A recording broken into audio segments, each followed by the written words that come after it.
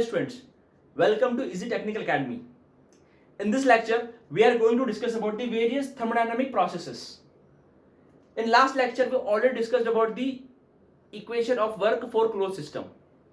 And using that equation, which is general equation for closed system, we'll develop the work for various other thermodynamic processes.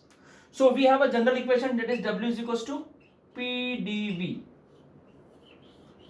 for closed system. And this equation will apply for all the processes. That is constant pressure process, that is isobaric process. Here pressure remain constant. Constant volume process, isochoric process. Here volume remain constant.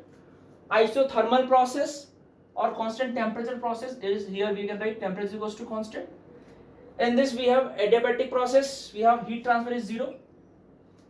Polytropic process, in which many changes will take place. In this process, all the property will change.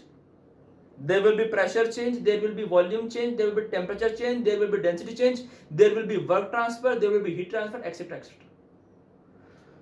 So we'll develop the work for all the equation by using a single equation, that is W is equals to PdV. So let's start with first process, that is constant pressure process, or it is also called isobaric process.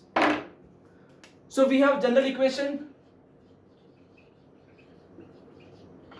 that is W is equals to PdV, and we know that this is our PV curve and this is the constant pressure 1 to 2, where we can write P1 is equals to P2 and we have V1 and V2, and area under the curve represents PdV work. Now, since pressure is constant and volume will vary, so we can write W1 to 2 is equals to what? It varies from 1 to 2. We can write PdV. So W1 to 2 will be written as P V2 minus V1. This is the equation for constant pressure process. Now we have another equation or another thermodynamic process, that is constant volume process. Constant volume process, equation number 3. Volume remain constant, it will be isochoric process, right? So we will develop the curve, try to draw the curve PV.